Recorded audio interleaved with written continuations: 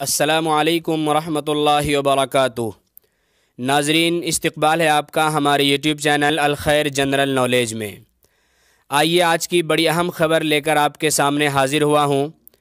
इस वक्त की बड़ी ख़बर ये सामने आ रही है कि असदुद्दीन ओवैसी की आज ही के दिन कलकत्ता के अंदर एक रैली होने वाली थी, जिसके अंदर वो चुनाव प्रचार करने के लिए तशरीफ़ ले जाना चाह रहे थे, लेकिन कलकत्ता पुलिस ने उनको वहाँ पर रैली करने की इजाज़त नहीं दी। इस पर ऑल इंडिया मजलिस इत्तेहादुल मुस्लिमीन के सदर बैरिस्टर असदुद्दीन ओवैसी ने बहुत ही रंजो गम का इजहार करते हुए कहा है कि जब यहाँ पर हर एक पार्टी और पार्टी के तमाम कारकुनान रैलियाँ कर सकते हैं, टीएमसी रैली कर सकती है, बीजेपी रैली कर सकती है और कांग्रेस पार्टी रैली कर सकती है, तो मैं क्यों नहीं कर सकता? क्या यही डेमोक्रेसी है? क्या यही जमहूरियत है? मैं आपको असदुद्दीन ओवैसी का वो पूरा मुकम्मल बयान सुनाता हूँ। इससे पहले आपसे दरख्वास्त है कि जो हज़रात हमारे इस चैनल पर नए आ रहे हैं वो हमारे इस चैनल को सब्सक्राइब करके बेल आइकन को ज़रूर दबा दें, ताकि इस तरह की दीनी, सियासी, समाजी ख़बरें आप तक जल्द अज जल्द पहुँच सके। नरेंद्र मोदी की सभा हो सकती है, अमित शाह की सभा हो सकती है, नड्डा की सभा हो सकती है, कांग्रेस की हो सकती है, सीपीएम की हो सकती है, दूसरे फॉरवर्ड ब्लॉक के पार्टीज की हो सकती है, टीएमसी हम क्यों नहीं कर सकते भाई? हम पब्लिक मीटिंग करेंगे, ठीक है, पब्लिक नहीं आएगी, मगर मेरा राइट तो है ना। तो इससे साफ जाहिर हो गया कि ये जो सेकुलर लिबरल किस्म के जो लोग हैं, जो टीएमसी के ताल्लुक से दिल्ली में इन एमपीज़ की स्पीच सुनकर बड़ा थालियां मारते हैं, उनको सोचना पड़ेगा।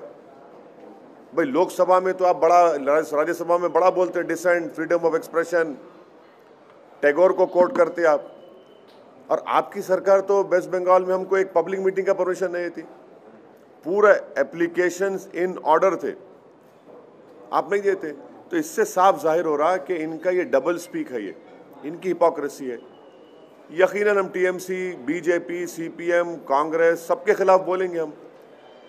और ये पार्टीज ये नहीं समझ रही है कि मुस्लिम माइनॉरिटी में, ख़ास तौर से यूथ में एक चर्निंग है, एक डिज़ायर है कि हमारा पॉलिटिकल रेलेवेंस हो, हमारी एक पॉलिटिकल लीडरशिप बने, जो हमारे डेमोक्रेसी के लिए बहुत अच्छा है।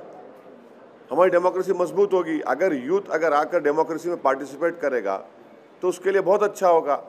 ये अनफॉर्चुनेट है कि टीएमसी गवर्नमेंट हमारे को परमिशन नहीं दे रही है, बड़ा अनफॉर्चुनेट है ये। इलेक्शन हम जीतेंगे, हारेंगे, आप जीतेंगे तो लगा हुआ है, मगर हमारा व्यू पॉइंट रखने के आप हमारे को नहीं दे रहे इजाज़त। ये कौन सी डेमोक्रेसी की फिर बात कर रहे हैं आप? हमको तो मौका मिलना चाहिए ना हमारी बात रखने का। मैं गुजरात में जाकर Narendra Modi, prime minister, Amit Shah, BJP आर के खिलाफ बोल सकता हूँ, तो बंगाल में नहीं जा सकता मैं? नहीं, सवाल देखिए, वो सवाल वो नहीं है, एक लार्जर क्वेश्चन रेस कर रहा हूं मैं। लार्जर क्वेश्चन ये है कि डेमोक्रेसी में मुझे अपनी बात रखने का पूरा इख्तियार हासिल है, संविधान मेरे को दिया है। आप कैसा रोकेंगे उसको? किस बात पे रोकेंगे मेरे को आप? हमारा हर एप्लीकेशन, हर चीज उनको हम लिख कर दिए, पूरा इन ऑर्डर है, आप देते नहीं परमिशन।